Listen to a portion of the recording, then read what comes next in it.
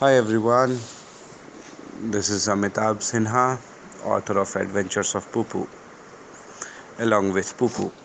Hi. So today I'm not going to tell you a story, but I'm going to uh, quote something that I have read from a book, A Children's History of India by Subhadra Sen Gupta. So it is about India, the landscape that we are going to discuss or we are going to know about today. So India is so big that it has every kind of landscape that you can imagine. Mountains, plains, deserts, plateaus, deltas and coasts. Its climate ranges from the icy winter of Ladakh to the tropical summers of Kerala. And all these geographical features have played an important part in our history. Let's first study the physical map of modern India. The Himalayan mountain range stands like a snowy crown in the north, separating India from the rest of Asia. This range, an immense 2400 kilometers long. So the Himalayan mountain range is 2400 kilometer long. Yeah, I Okay. know. Has several romantic names and which is actually related to history and legends. So the names are Karakoram, Hindu Kush, Pir Panjal, and peaks like the Everests, the Kanchenjunga, Kanchenjunga, Annapurna. Annapurna. During the ancient times, when invading armies moved only by land, okay, Yeah. these mountains acted like the rampart of fortress. Okay, so they were kind of fort. Okay, so nobody can cross it.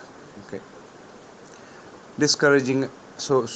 That discouraged any attack from the other side of the Himalayas. Okay,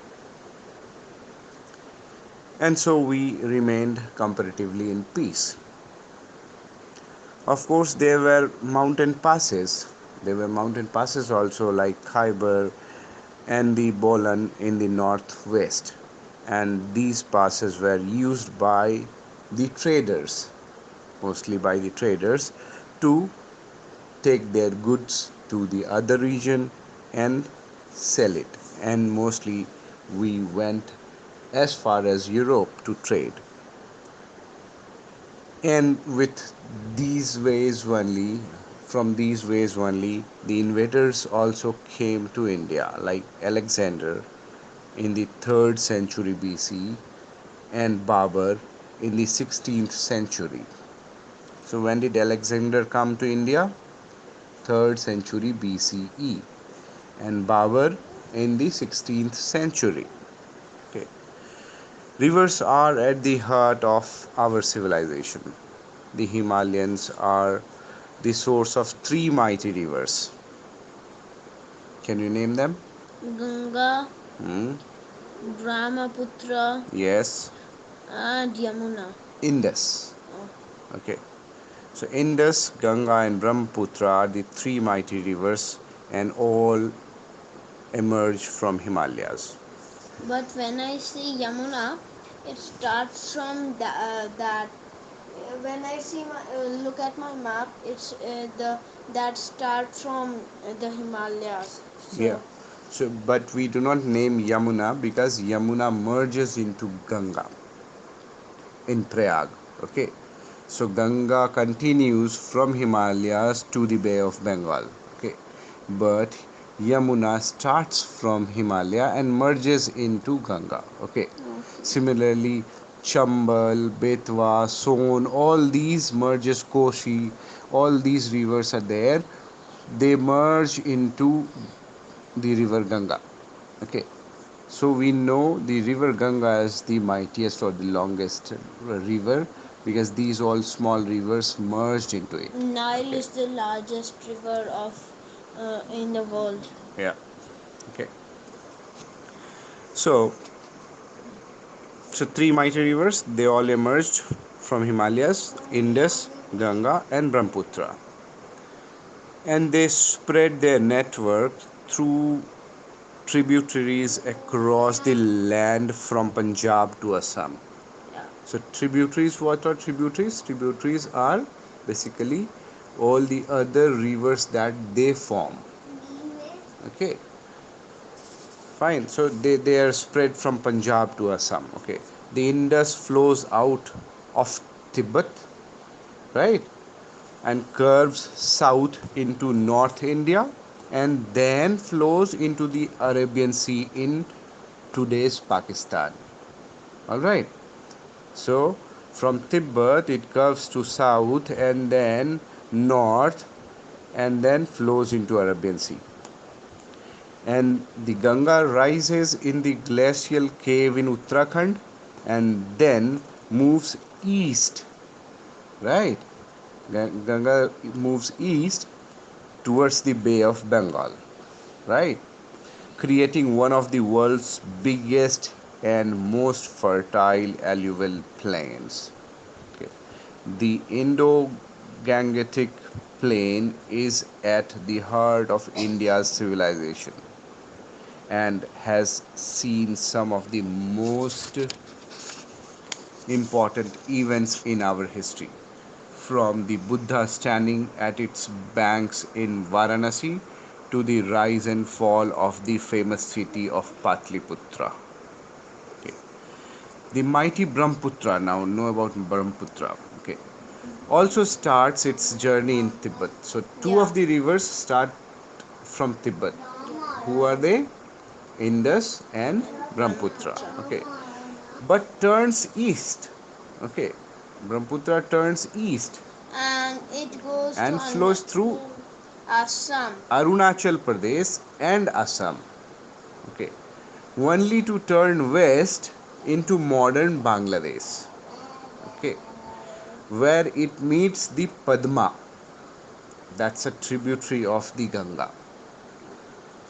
Here, the many streams of Ganga and Brahmaputra flow into the Bay of Bengal, creating a delta crisscrossed by streams that has been coveted over centuries by different invaders for its fertile soil. Similarly, the south, the great kingdoms rose and fell by the rivers, like the fabulous city of Vijayanagar that stood by the Tungabhadra.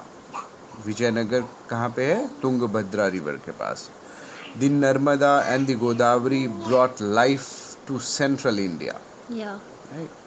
And the rice, spice, and cotton fields of the Deccan were fed by the waters of the Krishna and Kaveri rivers. Okay. Cotton was grown and then woven into brightly colored fabrics that were loaded onto the ships that voyaged to Arabia and Mozambique.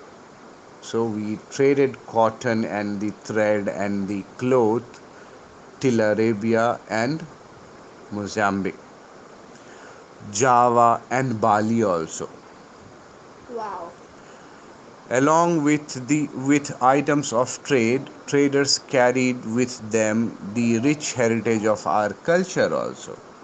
The many ports along the western and eastern coasts like Kaveri Pattinam, Bharuch and Kochi saw many Arab, Malaya and Chinese traders. So these were the major ports that point of time. Okay, and here the Arab traders, Malaya traders and Chinese traders used to come.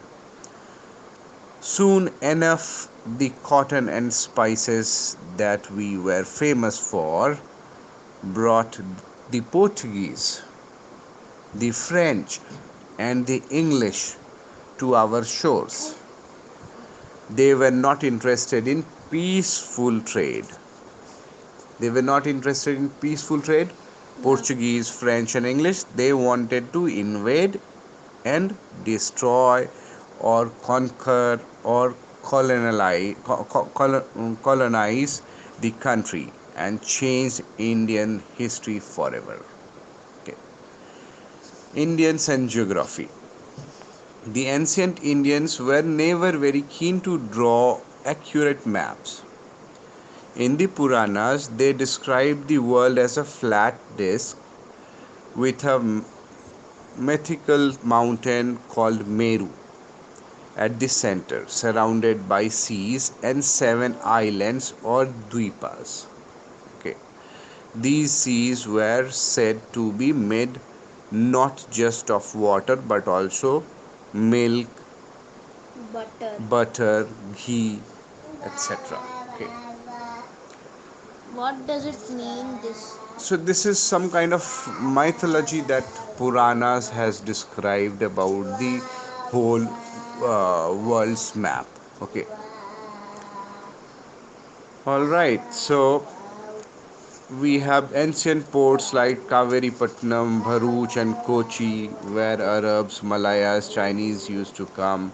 We have Brahmaputra and Indus rivers starting from Tibet and Ganga from Himalayan glaciers. And then Tungabhadra and Tungabhadra river, we have a city named Vijayanagara.